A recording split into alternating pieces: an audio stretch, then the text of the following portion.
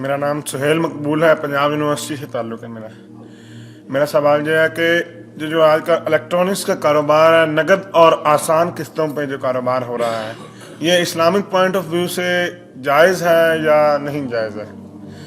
یہ جو بجلی کی مشینیں، ٹیلی ویژن قسطوں پہ بھی اور نقد بھی، یہ جائز ہے یا نہیں؟ دیکھیے، میں نے اگرچہ ابتدا میں آپ سے کہا کہ میں فقہی مسائل میں دخل نہیں دینا چاہتا، لیکن بعض چیزیں ایسی ہیں کہ جن کے بارے میں میری یہ رائے ہے کہ میں یہ رسک لے کر بھی کہ علماء میری اس بات سے اختلاف کریں گے، میں وہ بات بیان کروں۔ وہ ایک ایسا حق ہے، احقاق حق، جس سے جین اور جان چرانی نہیں چاہیے۔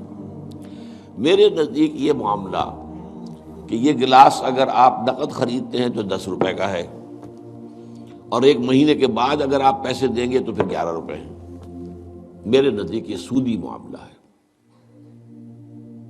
1 روپیہ سود ہے۔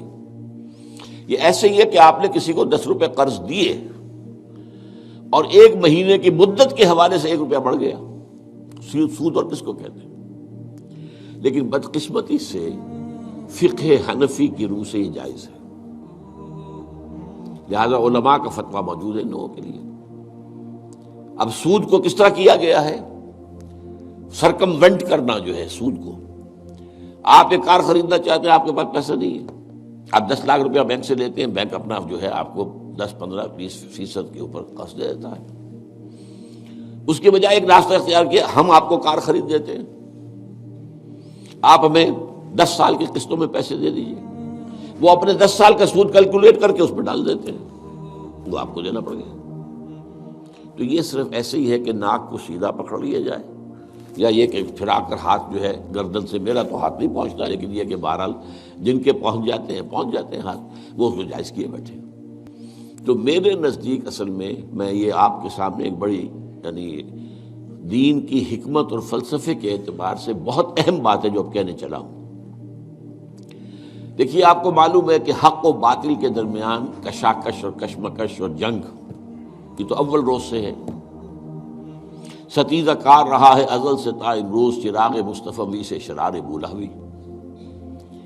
نتیجہ کیا ہے؟ حق غالب آتا ہے، کچھ عرصے کے بعد پھر باطل سامنے آ جاتا ہے، پھر کوئی اللہ نے نبی بھیجا، پھر حق کو غالب کیا، پھر اس کے اوپر بعد میں کچھ عرصے کے بعد پھر باطل سامنے آ گیا، شیطان نے پھر غلبہ کر لیا۔ یہی ہوتا آیا ہے۔ خلافت راستہ کے ختم ہونے کے بعد سب سے پہلی خرابی کیا آئی؟ ملوکیت آ گئی۔ اب موروثی ملوکیت ہے۔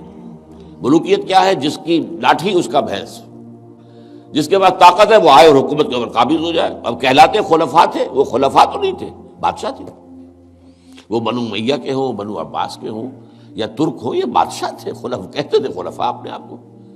ایک معنی میں تھا کہ ظاہر بات ہے اپنی اس حاکمیت مطلقہ کے مدعی وہ نہیں تھے، حاکم اللہ ہی کو مانتے تھے، لیکن وہ خلافت راستہ کا نظام جو تھا وہ دنیا میں دوبارہ نہیں آیا۔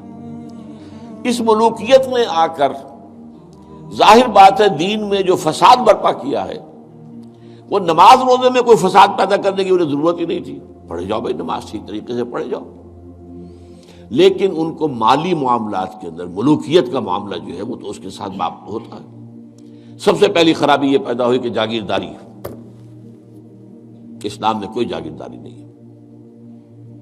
اسلام میں یہ جو ایبسینٹی لینڈ لارڈزم ہے یہ بھی جائز نہیں ہے۔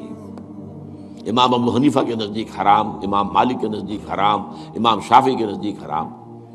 لیکن یہ ہے کہ قاضی ابو یوسف صاحب نے، جو امام ابو حنیفہ کے شاگرد تھے، اور امام محمد وہ بھی دوسرے شاگرد تھے، انہوں نے فتویٰ دیا جواز کا، کچھ شرطیں لگا کر، اس لیے کہ ملوکیت جو ہے وہ جاگیرداری کے بل پر چلتی تھی۔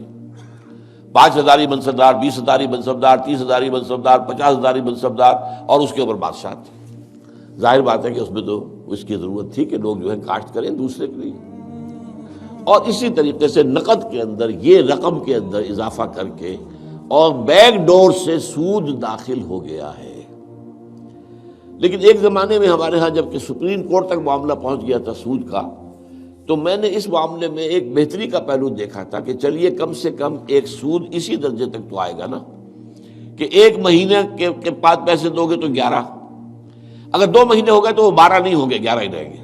یعنی ایک انیشل سٹیج پر تو سود آ گیا، لیکن اس کے بعد وہ پرپیچویٹ نہیں کر رہا، بڑھ نہیں رہا ہے. 3 مہینے کے بعد 13 نہیں ہوں گے، رہیں گے وہی 11 ہی. تو کم سے کم یہ کہ لمیٹیشن تھی.